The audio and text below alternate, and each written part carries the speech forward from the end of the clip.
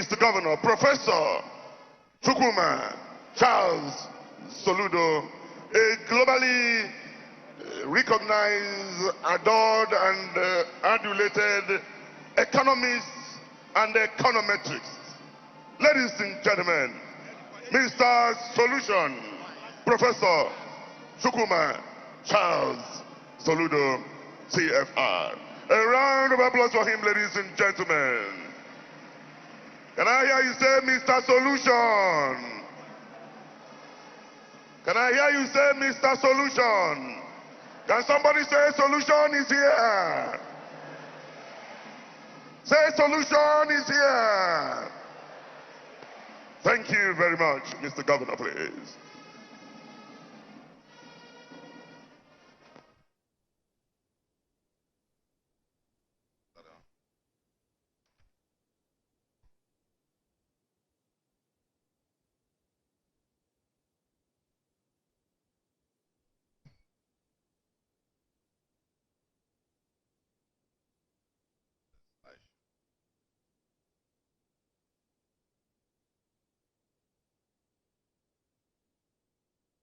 Showing on the screen.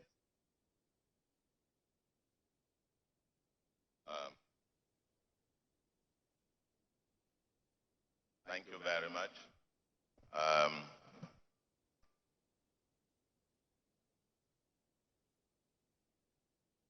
Hi. Ndị Anambra ekene m ụnụ. Ndị Anambra kwenu. The Anambra Muono, the Anambra Cachano, Your Excellencies, the Chairman of the occasion, all the distinguished invited guests, our traditional rulers, captains of industries, let me rest on the already established protocol. But when I heard you make the recognitions, I didn't hear you recognize Chief Mrs. Uju Ifejika, who is chairing Oil and Gas Committee. I didn't hear you do that, so I might have to recognize her as well. You are welcome, Chief Mrs. Ifejika. Ndị Anambra, 365 days ago, well, a few days ago, I was sworn in as your chief servant, together with my deputy, Dr. Onyeka Chukwu Ibezim. On that day, the 17th of March, we took the oath of office. I told you there was no time to waste, and there would be no excuses. We worked for 8 hours and 45 minutes on that day. And all through the days from then up until this day, we're still working every day of the week, making sure that every minute counts. Because the job you employed us to do is an assignment with a deadline. We have gone 1 year, 3 more years to go. And each minute must be made to count. And that is why we thought that after 1 year in office, if it's a corporation, the corporation will, the management, the managing director or the president will call shareholders meeting and present an annual report. What we have come to do today is to present some sort of an abridged form of the annual report. What has happened over the last 365 days? Yes. 365 days of humongous challenges, challenges in the world, challenges in the country, and we even faced natural disaster, the biggest flood disaster in history. We overcame. Yes, 365 days, we know the economic circumstances. Anambra has an economy of 6 to 7 trillion naira economy. But even that, without the size of the economy, we barely collected 20 billion in internally generated revenue for a whole year. Yes, the foundations are there. We're still receiving even reports of contractor debts and all the other liabilities that we have. But we promised you that there will be no excuses. The House of Assembly within the last 12 months, I think last year, when we came, approved that we should borrow, realizing the mean financial resources of the state, approved that we should borrow 100 billion, but up until this minute, we still have not borrowed a kobo, but we are still trudging on. There will be no excuses. We promise you there will be no excuses. The reason we haven't borrowed is that we are trying to negotiate the best possible terms on the Anambra. We need every penny. The resources that we've expended over the last 12 months, barely about 100 billion or thereabout. If you cascade that and put that in dollar terms, probably 100 and something million, depending on the exchange rate you use, which is a tiny fraction of what used to be in the past. But we promised you that there will be no excuses. In spite of all of those, the humongous security, insecurity, and road crisis that we had, what we have gathered today to say to you in the Anambra, and at least as attested by the feedback we have gotten from all of you in the Anambra who have employed us, is that from what you have told us, it appears that today is certainly better than when we came a year ago. So if they ask about the state of the state is strong and will continue to get stronger, and we believe that in years to come it will continue to get better and better and better. It's an agenda with a deadline. We have 3 more years to go. 1 year gone. But this first 1 year, ladies and gentlemen, has been 1 year of trying to set fundamental foundational issues. While I said this particular this particular first anniversary, I'm so delighted, so very delighted about the cream of the Anambra who have come, and very importantly, our partners in progress, our friends and well-wishers, and the partners of the Anambra, friends of the Anambra, and very importantly, I would dare to say, the father of modern Nigeria is here, Chief Olusegun Obasanjo, who is also my boss. As my boss, under whose tutelage I went for 4 years, woke up every morning, part of the morning prayer team, and learned on the feet of the master. And I think I must say,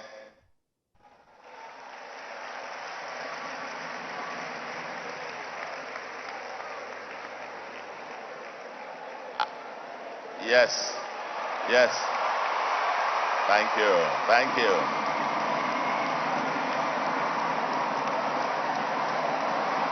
Thank you. Yeah. It's, the former governor is coming.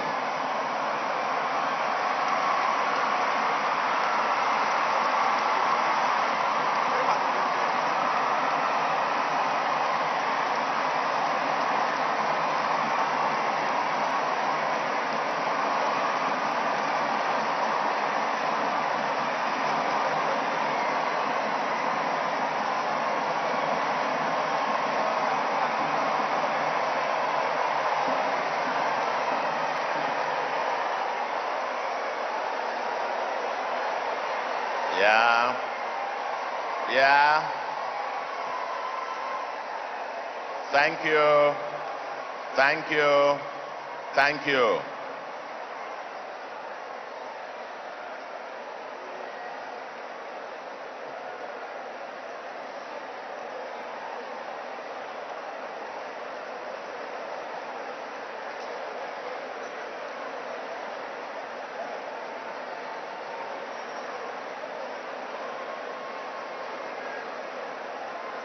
Oh, yes. I think today is a very, very special day. Yeah.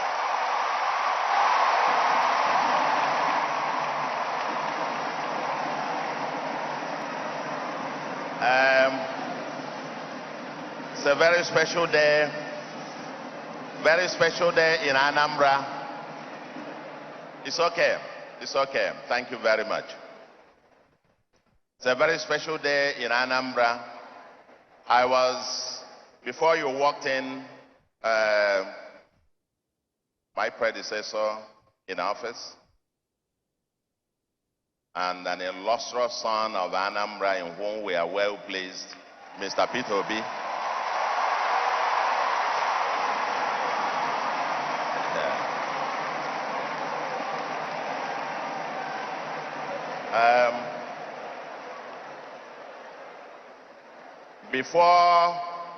Before you came, I was just appreciating Mr. President, the father of Nigeria, who laid very clear foundations, who happened to be a mentor, one who inspired me, and I would dare to say, one who also encouraged me along this path. And I'm so very pleased, and I want to thank God immensely, that today when we are celebrating our first year in office, that he is here live to witness the seed that he has sowed.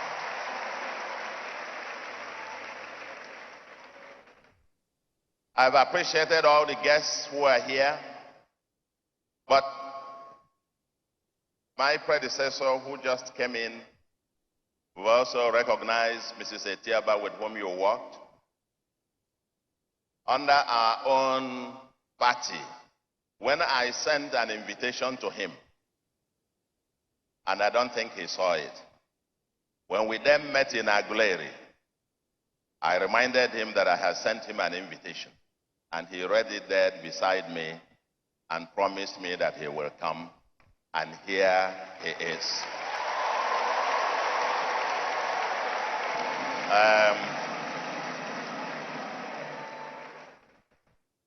That is Anambra. That is the spirit of Anambra. In Anambra, I did say that even when I was attacked on the road, en route to this place, so then this beginning of this journey, I did issue a statement that in Anambra, politics is not war. In Anambra, we play our politics. We might disagree, we might fight. We don't even fight physically. People might have their court orders in their pockets and so on and so forth, as the most litigious people, I am told. But when that is all over, we come together.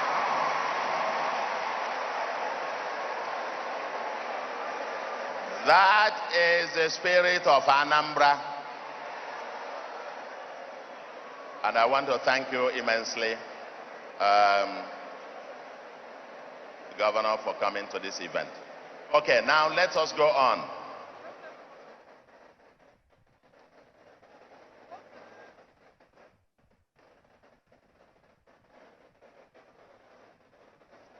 Okay, dear friends, in this short presentation, sorry, like we said, that there's no excuses.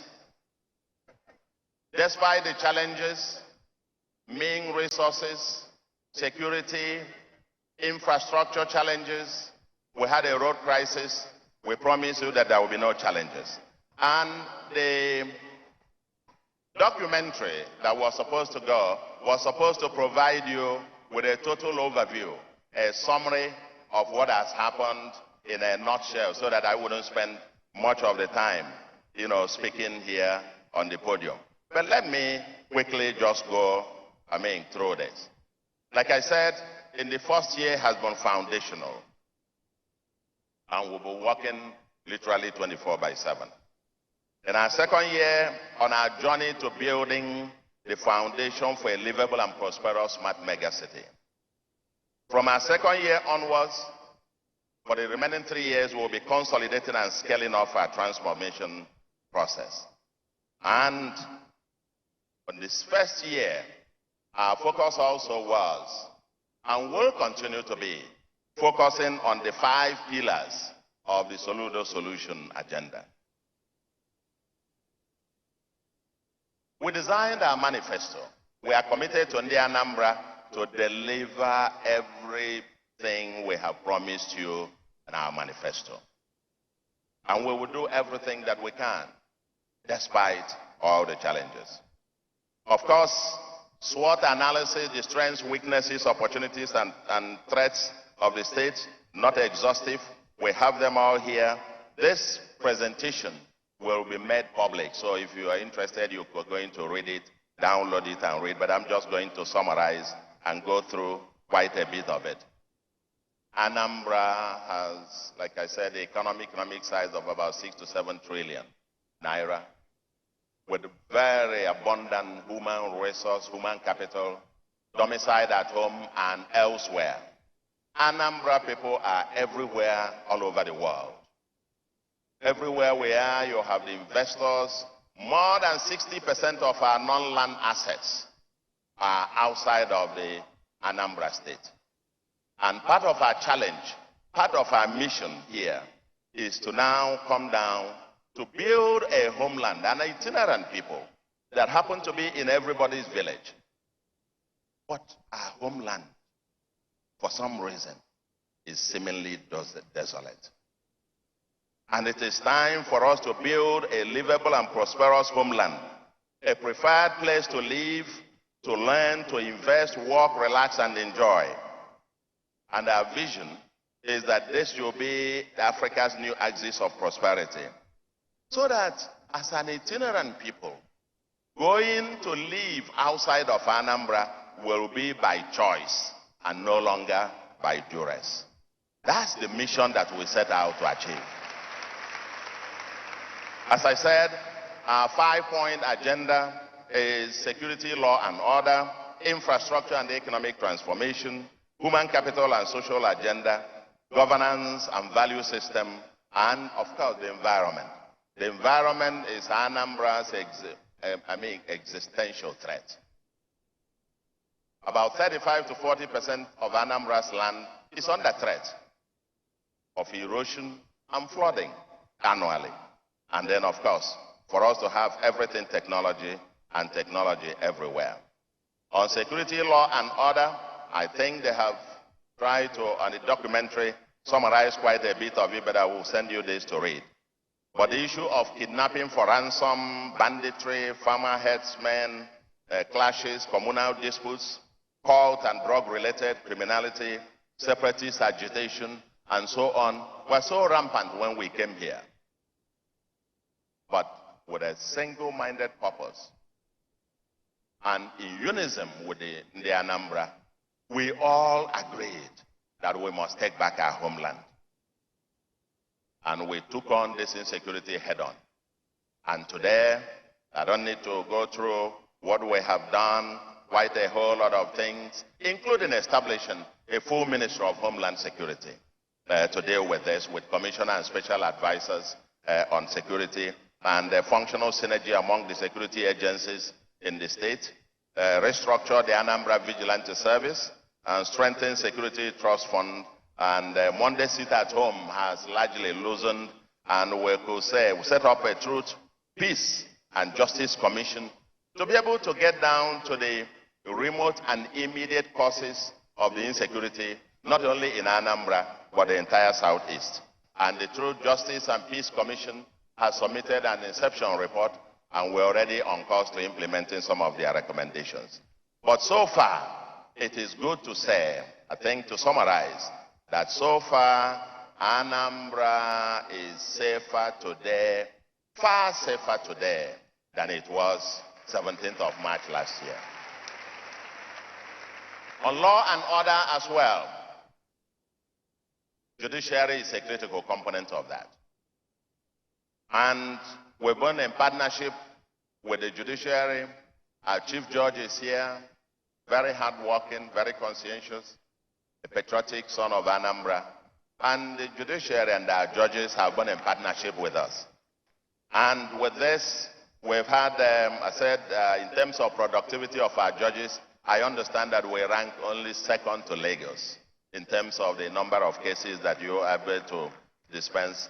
We proceeded on sequential digitization of the justice delivery system enabling virtual hearing facilities, improved power supply in our high courts, and facilitated a new law, state multi-door courthouse that will enhance access to justice by providing alternative mechanism to supplement litigation. Opened a register for defendants convicted for rape and so on.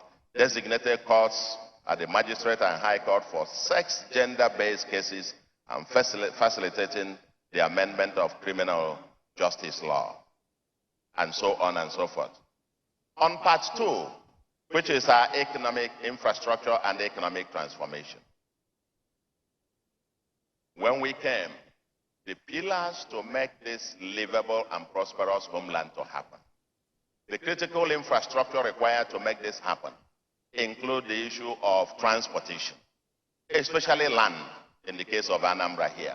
Our water transportation will also be very critical, but also power infrastructure, technology, and so on. And we immediately, recognizing the road crisis that we had, we acknowledged that during our campaigns that Anambra faced a road crisis.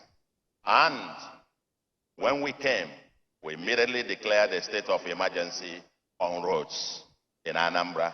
And within the first 9 months, we awarded and flagged off 261 kilometers of roads, touching the entire 21 local governments simultaneously. And you know what is new? What is new and different is that the design and the quality we are delivering with cement stabilization, stone base, and then the thickness of the asphalt, the design and the delivery are such that with the contractors, each of them guarantees us that each of these roads must last minimum of 20 years. That is what is new, and that is what we are doing differently. Also, for all of these roads that we have awarded, we have paid mobilization fees of 30 to 50% to all the contractors, and work is simultaneously going on around the state.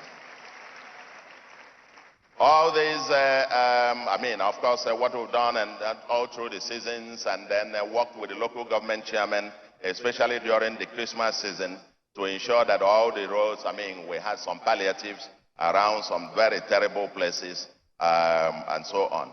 The silting, the drainages, is a very key component of this. Next week, we'll be launching a major initiative. When we came, the waste management problem was critical. For decades of lack of planning for our cities and communities, you now have the kind of flooding that goes on. These drainages are filled up, and people have built on the waterways. One of the things that we tackled initially was pulling down a whole lot of buildings that lie even on the Sakamori and at the Wangene area of Onitsha, to be able to allow floods to flow back into River Niger. It wasn't a pretty thing to do, and many of you watched some of the drama that went on there. But this is a task that we must do. Every time it rains, you see flooding on the streets and several other places. This must end. And next week we are launching, we've now finished a study for a comprehensive framework to be able to deal with this once and for all.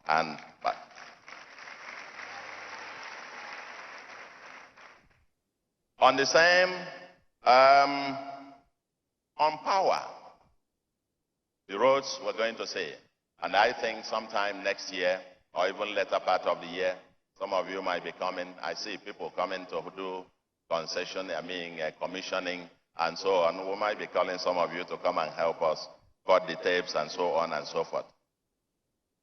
But let me say this. On power, power is a critical one. Before I was sworn in, we had a full day brainstorming session with the EEDC at Enugu on power. Because our agenda, our mission is to be able to guarantee to provide 24/7 electricity in Anambra for at least the major cities of Anambra for the first instance. That's our goal. And we met with the EEDC, And when working with them all along, power has improved in several aspects, but not yet where we want it to be. And yesterday, we signed an agreement with EEDC on the issue of more efficient production, even production, distribution, transmission and distribution of power here in Anambra. And our game plan is that within the next 2-3 years, we should be able to guarantee 24/7 electricity in very key components of Anambra State. We've also converted a whole lot of the diesel-powered street lights to solar-powered to go into green energy. More efficient, more cost-effective. And we're now dealing with almost about 17,000 of such being now installed. Our target is to get to at least 25,000 in the shortest possible time. Like I said, the goal is 24/7 electricity. And with the street lights and getting power everywhere, and with security returning, night economy will become a culture in Anambra. And that is how you are going to begin to create more jobs and more jobs and more jobs and more jobs. On the same thing, on the transport thing, we'll develop a strategic transport intervention plan. We're modernizing of our water transportation, especially for riverine areas. And you will see some results on it. The boats and the transport infrastructure in the riverine areas is nothing to write home about. For example, we know that before we came, the only local government in Nigeria that I know that is not accessible by road is Anambra West. Nzam, not accessible by road. As we speak, it's not only that a road is, and the people there, consequently, after harvest, they will transport their goods, their agricultural produce, to Ela in Delta State. That's the only place they could go to. They were totally disconnected from Anambra. But today, I drove to Nzam about 3 weeks ago, and the road is getting done. Not only that the road to Nzam will be completed in the next few months, we're also providing now water transportation. We're building some boats and transportation mechanisms. And henceforth, before the end of this year, people from that part of the state will be able to transport their goods down to Onitsha, down to everywhere else that they need to take things.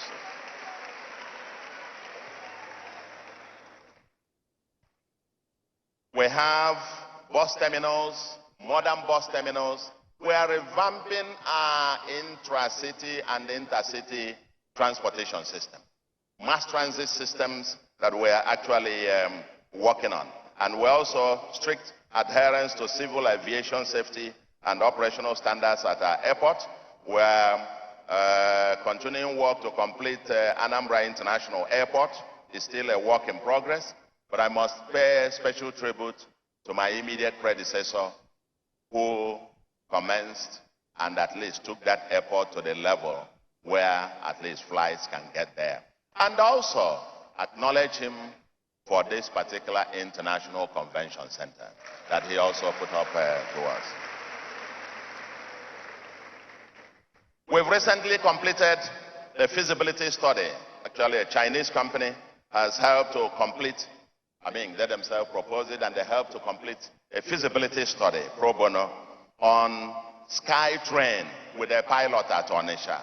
And you would have seen that on the video if we had a chance to look at that. And we're now exploring financing options, and if we're able to arrange appropriate financing options, that itself also for mass transit system around Onitsha metropolis, where instead of people getting caught in traffic for 4 or 5 hours, gridlocks every day, we're also providing all kinds of bypasses at Onitsha, especially one now going from Apaka all the way to Nsugbe to be able to unlock the gridlock at 33 and others. But in addition to this, we are now exploring the possibility of a sky train. I know my friend, the former governor of Cross River, the Duke, maybe we'll discuss that in addition with the proposed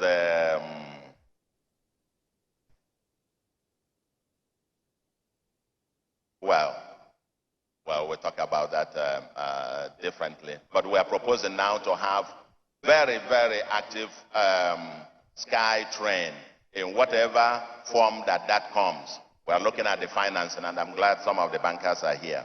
And but it will not be at the kind of interest or so that you were talking about. Let's talk about maybe that will become your social responsibility to Anambra, so to speak. We developed a session on water supply in Onitsha, Oka, Ihiala, Agwata, and so on. We've conducted hydrological mapping of the state, and water supply to the secretariat at the civil service secretariat has been rehabilitated and resuscitated. We collaborated with UNICEF to rehabilitate 98 hand pump boreholes in 7 local governments, and currently we are constructing, working with NHS to IHS, to construct about 2,000 kilometers of fiber optic ducts. 2,000 kilometers around the entire state of fiber optic ducts that will ensure last mile connections so that all around the state people can have access to cheap, accessible, high-speed internet access all around the state. This will be the foundation for our migration to having a digital tribe. And we'll decide on commencing construction of the leisure entertainment hub around Agolo Lake. Agolo Lake is, if you see the photo, and they would have shown that on the video, we've now acquired, I think, another 26 to 32 hectares of land there. What we are envisaging around Agolo Lake will be part of our mission to create a new economy of leisure, entertainment. Our own African Disneyland will be there around Agolo Lake. And that is what is being designed, and that's what is going to be there. Well, I'm glad my predecessor, Peter B, was clapping hard here. That is his community. That's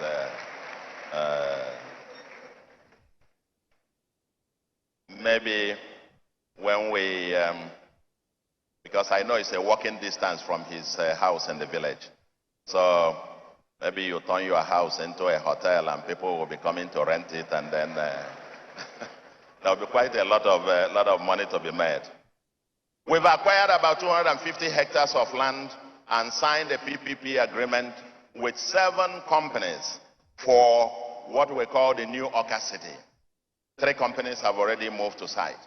The Housing Corporation has already acquired about, out of the 21 housing estates, many of them non-functional, 4 of them are back on stream now. And on agriculture, we launched the regenerative agriculture state policy aimed to produce natural organic food through sustainable means. We have the new palm and coconut revolution, and we are going back to our roots. Mr. President, we are going back to our roots. The economy of the Eastern region in the 1960s was the fastest growing regional economy in the world, growing at about 9-point-something%. That's the fastest we've ever grown. Maybe the second fastest, the fastest growth areas of the state. And of course, healthcare.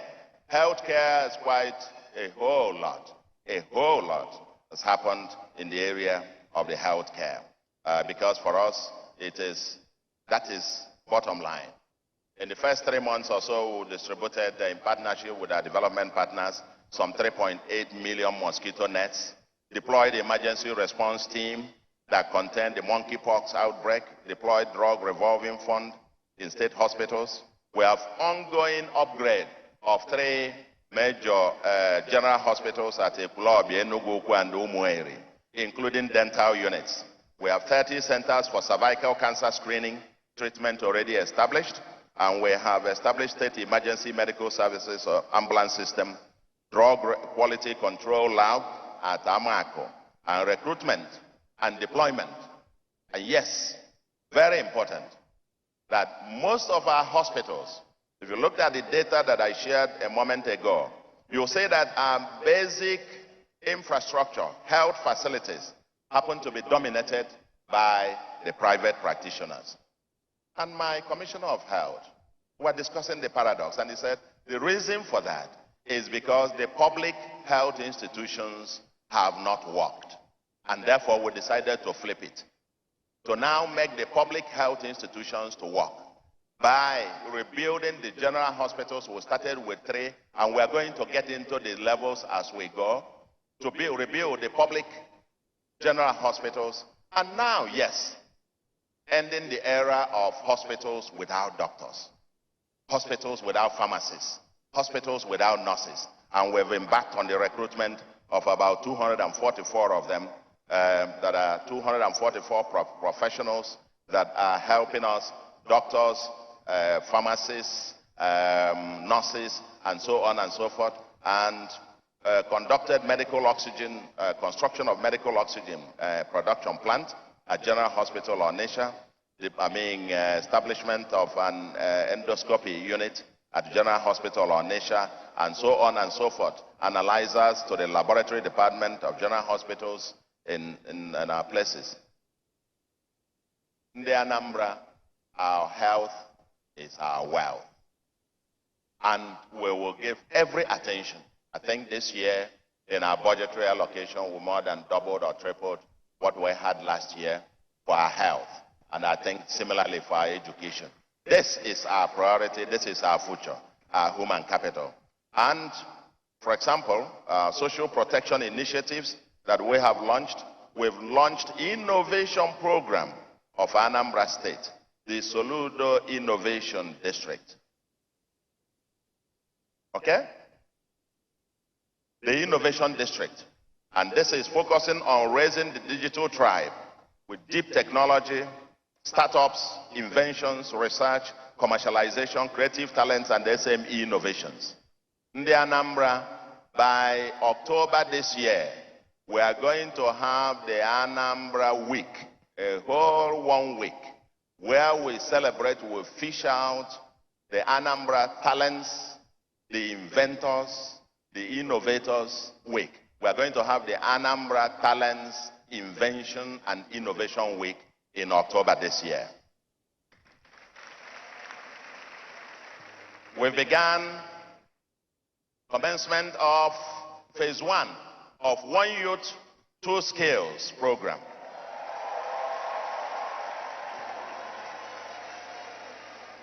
This government, our government, is about the youths and our children because they constitute the future of Nigeria. They constitute the future of Anambra.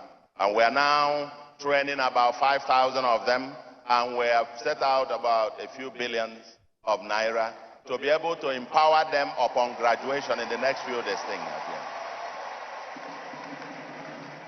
I think the first graduates will finish in the next 2 months. And we have launched the Anambra Digital Tribe. Like I said, we signed an MOU with Microsoft on Tuesday and launched the Anambra Digital Tribe. And from Tuesday to yesterday, when the portal for people to indicate interest, because we set out to train about 20,000 youths this year on basic and advanced digital skills. And between Tuesday to Friday, over 10,000 people have already applied. And we're expecting much more applications coming on in years to come. We have about 2,438 poor and vulnerable people received, over 2,000 bi-monthly, 500 women and youth provided short-scale vocational training and met eligibility criteria to partake in the Nigeria for Women program, a World Bank program, and we successfully implemented our social investment programs. We've established a sexual and gender-based violence unit for prompt interventions in related issues and tracking or reporting of such issues to the Federal Ministry of Women Affairs and of course our own ministry here. We've developed our draft social protection policy. Several micro agenda issues all across 15 communities and 8 local governments have also been implemented. Yes, the fourth, before the last one, is governance. Governance and value system. Massive challenges. This is where we try to reform how government works. reforming how government works.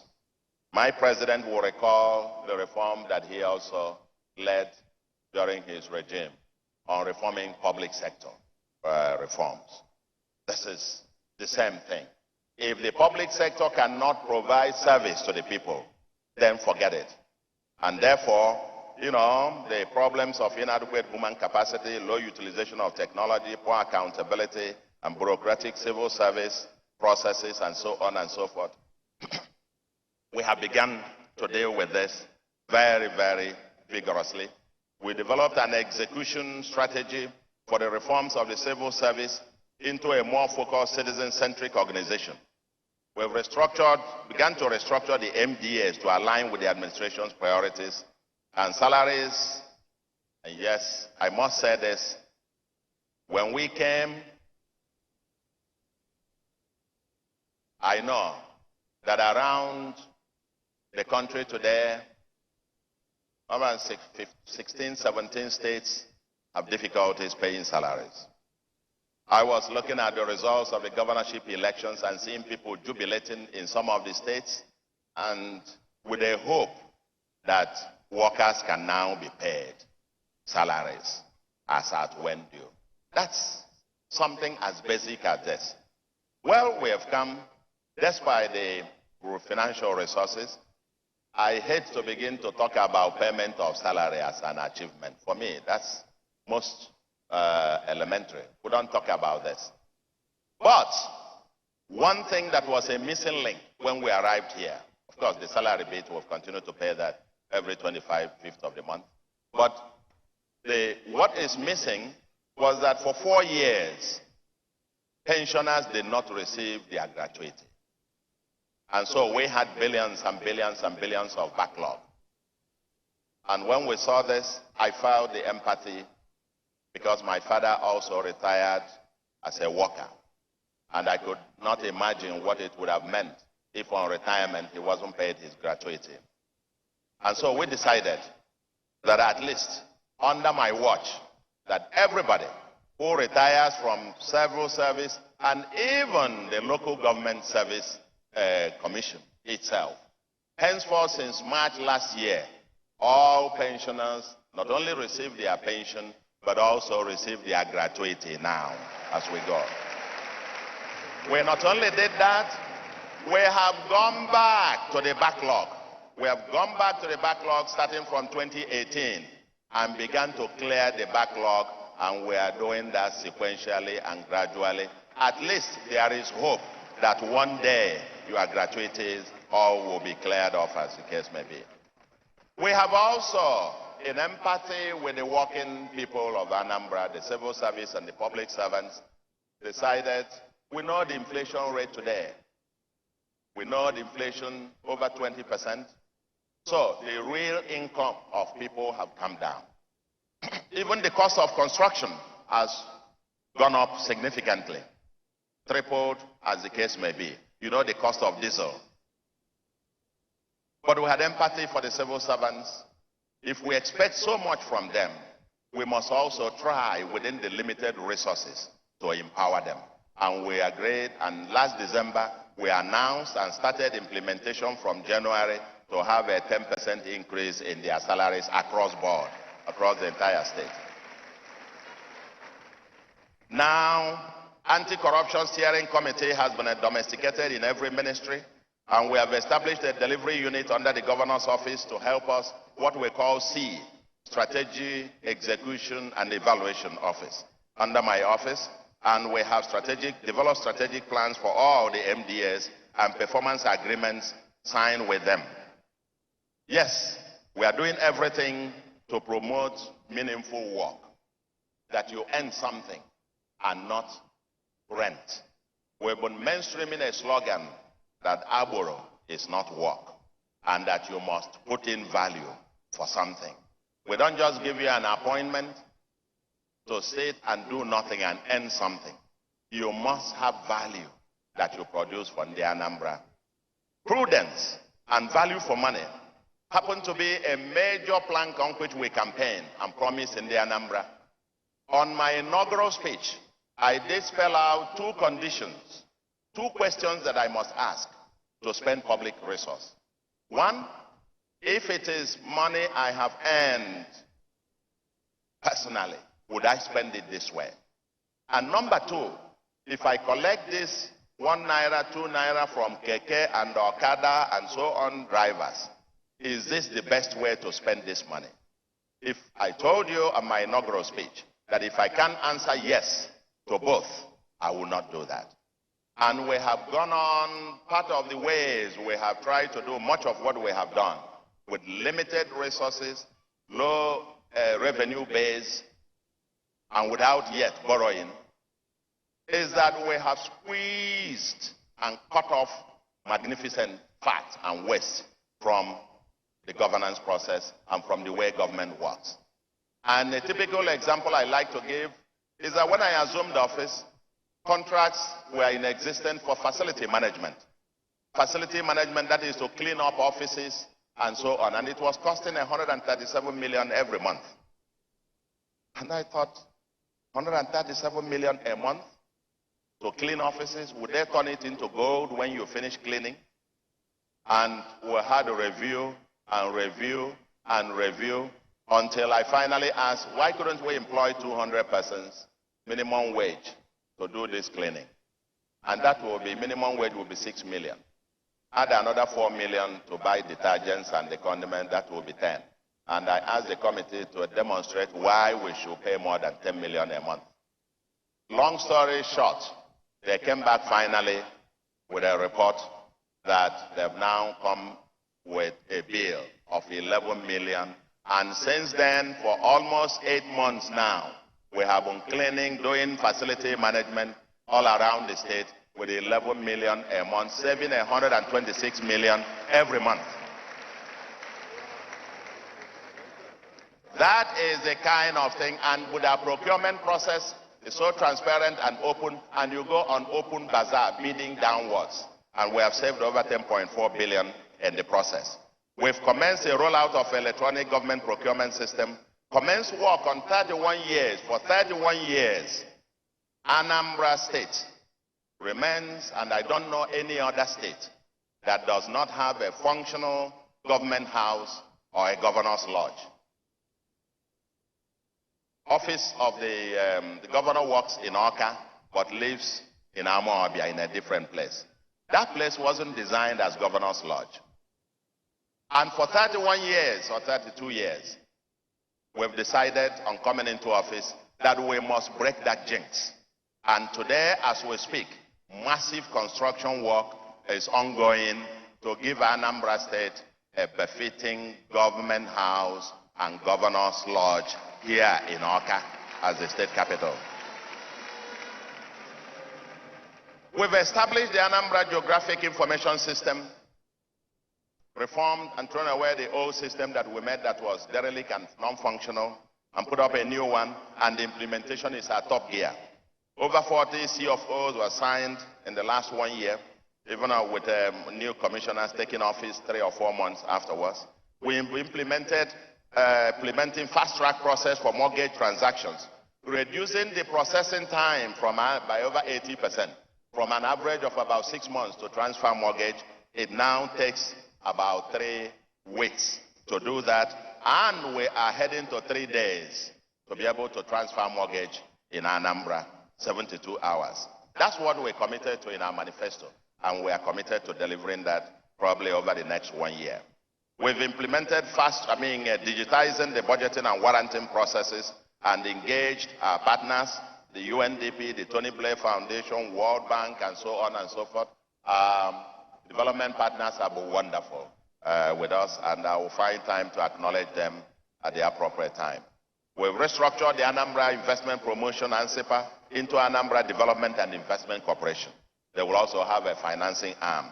And we've conducted a forensic audit on all existing partnerships and joint ventures and created a Ministry of Petroleum Resources and Ministry of Homeland Security. We are entrenching e-governance and leveraging technology. Of course, our IGR has been quite, it's been a challenge. As I said, throughout last year, with a GDP in over 6 trillion, naira, barely 20 billion. For the entire year, 1-point-something billion was all that we could collect as IGR. For comparison, Lagos was collecting about 65 billion a month, and we collected 20 billion a year. But if you check about trajectory of 2 roads, just 2 roads, 50-something kilometers, either way, built with the best standard in the world, it's costing a little bit over, 2 of them will exhaust the 20 billion that we contributed. It remains a work in progress. We are reforming our tax system, and we are hopeful that eventually we will be able to raise the revenue that we require. If only every Anambra person living in Anambra or elsewhere, after all, Nigeria has a peculiar federalism that recognizes 2 residences, recognizes state of origin, and recognizes your place of residence. And why wouldn't, if all on the Anambra, which happen to be uniquely itinerant, if everybody can pay, whether you are in Lagos or in Abuja, pay 50% of your total tax to Anambra, just 50. Pay the other 50 where you think you reside. Pay 50%, and if we generate just 5% of income of Anambra, 5% of 6 trillion, you can do the math, and you will not come to less than 300 billion or thereabout.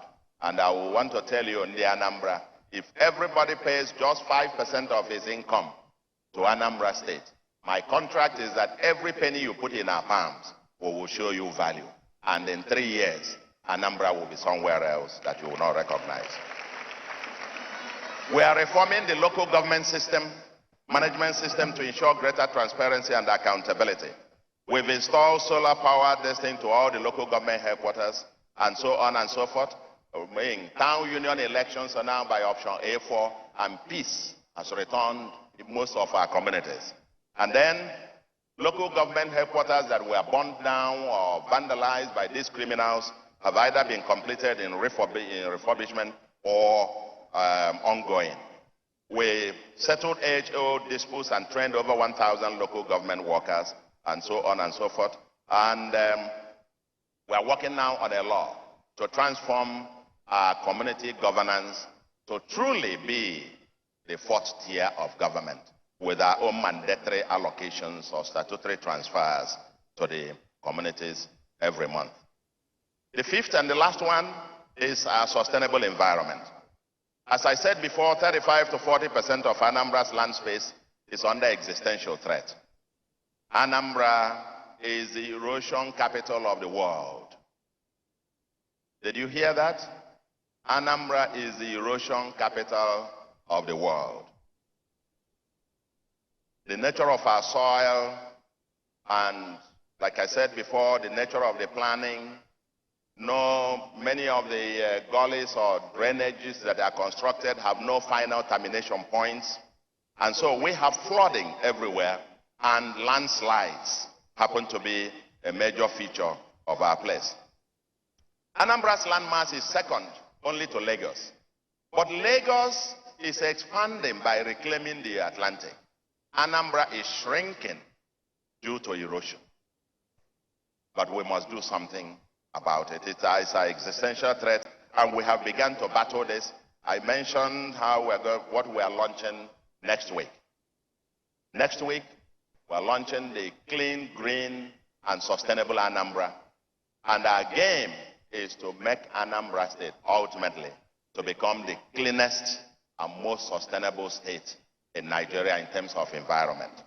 We must clean the waste, turn the waste to wealth, and then be able to replant trees. We have a 1 million tree planting initiative, and making tree planting to become a culture, as it were. The silting of the drainages we are going to begin simultaneously next week.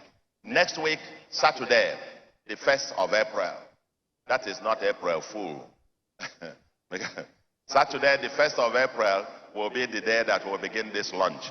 And everybody will get their own shovel and everything, and we'll get to this thing and begin to desilt. And of course, with massive tree beautification and urban regeneration efforts.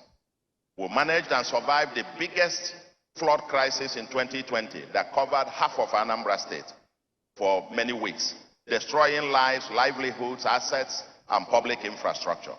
We are finishing the drafting of environmental sustainability bill now that will soon get to the House of Assembly. We must restore, we must take back our environment for our grandchildren to come. On our environment again, on urban development, we inaugurated the Anambra Urban Regeneration Council, headed by the best and the brightest of our architects and town planners. And their major mandate is to help us think through operational plans to breathe back life, modernize our existing cities, and to also develop templates for development of new ones. And we are on that, working very seriously, to turn our chaotic slums into modern urban state. Because Anambra is rapidly being fully developed. Buildings everywhere in a chaotic manner that if we don't put our feet down today to enforce town planning and to get planning done in a more sustainable manner, we will end up with a one mega city, but of a chaotic, that become a chaotic slum. But for it to be a smart mega city where the world would like to come to, the world where I would like to live, a state where I would like to live, and my children will be proud to live, and grandchildren and great-grandchildren. And for all of us in the Anambra, today, the first best time to have planted a tree was 20 years ago. The second best time to do so is today. And so we are taking the issue of urban regeneration very, very seriously. Removal of projections to regain proper setbacks. It's not going to be fanciful. We're already doing that in some places. Somebody joked that elsewhere in the rest of the world, people have setbacks. Here in Nigeria, we do set forward. Provision of pedestrian walkways, cycling routes, demolition or removal of dilapidated structures, desilting drainages, and so on and so forth. On next steps, gentlemen, I can't go on and on with this, but on our next steps, we have quite an agenda. Over the next 3 years, this is an agenda, as I said, with a deadline.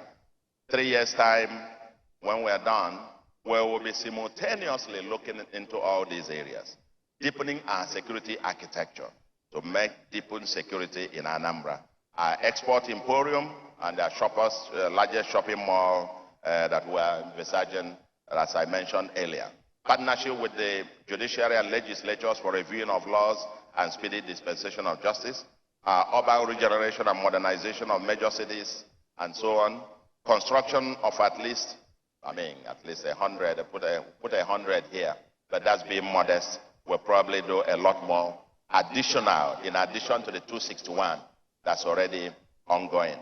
Mass transport, developing inter and intra-city transportation system, water, sky train upon syndication of finance, our industrial cities and export processing zones, continuing work on the airport to complete it, to become fully functional as it should, provision of 24-hour electricity in partnership with the EEDC and other providers that may be coming up as well to work in this space. Democratization of digital skills, building a new Orca city. As I said, 7 contracts of developers have already been identified and signed agreements with them. Upgrading infrastructure in our schools and hospitals, urban water schemes, especially Orca, Onesh, and busy water supply, recruitment of specialized teachers and more teachers actually for our schools, entertainment, the Agro Leisure Park, an entertainment park, at least phase 1 of it should have been completed. Launching and implementation of ward-based cooperative intervention programs across the 326 wards in Anambra. Continuous youth skill enhancement program. Mainstreaming sports as an economy. And mainstreaming the solution, talent, invention, and innovation district agenda. Our agenda ultimately, because we envisage a state where everything is technology and there is technology everywhere. We want to mainstream these digital skills up to a point that every child in primary, secondary, university, in the markets, in the villages will have access to technology and digital skills. We want to mainstream it as a way of life, that technology becomes a culture for a people that hopes to have human capital that is productive at home and exportable abroad. This is a huge agenda, and of course, our agenda on the environment will continue, and so on and so forth. How do we get there, ladies and gentlemen? We'll be moving our IGR, as I mentioned before, targeting to get to 5%, will make a fundamental difference for Anambra. Our prudent and transparent fiscal management, we are doing more with less. That's our mantra in government, doing more with less. And there are dozens of examples of what we are doing so far. We're doing more with less. Patronizing what we make here. Even the food we eat, the food, the drink you have when you come to the governor's lodge, nothing is got to be made. If it's not made in Anambra, it must be made in Nigeria. We're not importing anything, and no imported thing shows up there as your drink. We are doing more with less. Ease of doing business and mobilization of private capital, mainstreaming citizen community ownership development, and so on and so forth. We are our PCPP, public community private partnership, is the agenda. And then strategic partnership with our international partners. I have a long list of them here to acknowledge: UNDP, World Bank, and so on, UNFPA, and all the embassies that have been of immense help to us, UNICEF, and so on and so forth. In conclusion, the Anambra, 365 days have come and gone. We have 3 more years to go, and we must make every minute to count. So far, regards to criminality, we've taken back our state, largely so.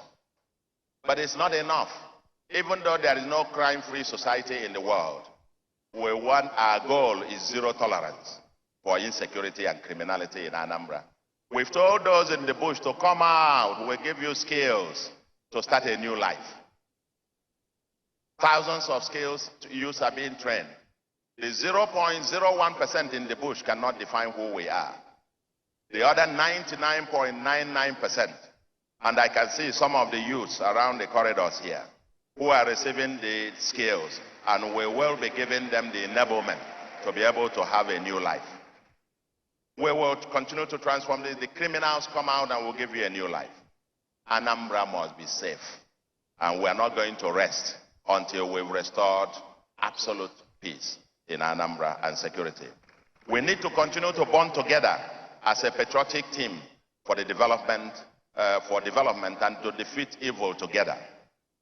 This is now time to translate our homeland consciousness and love into action. Wherever you may be, Onye Anambra, ultimately, most of us, wherever you may live, whether you are in Atlanta or Houston or in Canada or in London or Italy, or whether you are in Abuja or Lagos or wherever, you will realize we love this place so much that when we die, we ultimately want to be interred here. We don't want Anambra, for you who happen to live abroad, to be only a place for burial, your burial land. This must be a livable and prosperous homeland for an itinerant people. You want to be able to say, wherever you may be all around the world, at the worst case scenario, you will be able to return back to your village and call it home. And it should be livable, it should be prosperous. For me, development of Anambra is personal. Personal in the sense that, just like I learned from my boss, who is here, President Obasanjo, when he left office as president of Nigeria, he did not stay back in Abuja. He does not live in Lagos. When you want to see him, you either go to Abeokuta or you go to Otafam. I would like, when I finish this job, it's personal to me because I want to join hands with everybody here and all our partners to build a state that I will be proud to live here even after leaving office. This is the land I want to build. And so it's so personal that I am so emotional about it, that we must make it all work. And therefore to you, we have not been able to do anything all by ourselves. We have been able to do so collectively together. Without you, the people, without your cooperation, without the cooperation of our major stakeholders, without the cooperation of our friends, even the federal government and the international community. Sometime, I think June 9th or thereabout, we hosted the entire international community, the ambassadors of major countries of the world, 19 of them, and all the development financial partners. They took a chartered flight into Anambra, and we toured the state. They saw the promise, and they continue to promise and continue to stand by us. From the Anambra, the goodwill is there. The environment is getting better. And together, all of us can bond together. Whatever we will that Anambra can be, it can become. If only that pride, that people, the people of Anambra, the billionaires all over the world and all over Nigeria, just 5 to 10 to 25% of your wealth back in Anambra, Anambra will indeed become that African Dubai, Taiwan of our dream. Thank you very much, and God bless you, and I see you again in the next 1 year. Wow. Please, a round of applause. Calling Mr. Solution. Yes, the amazing starts.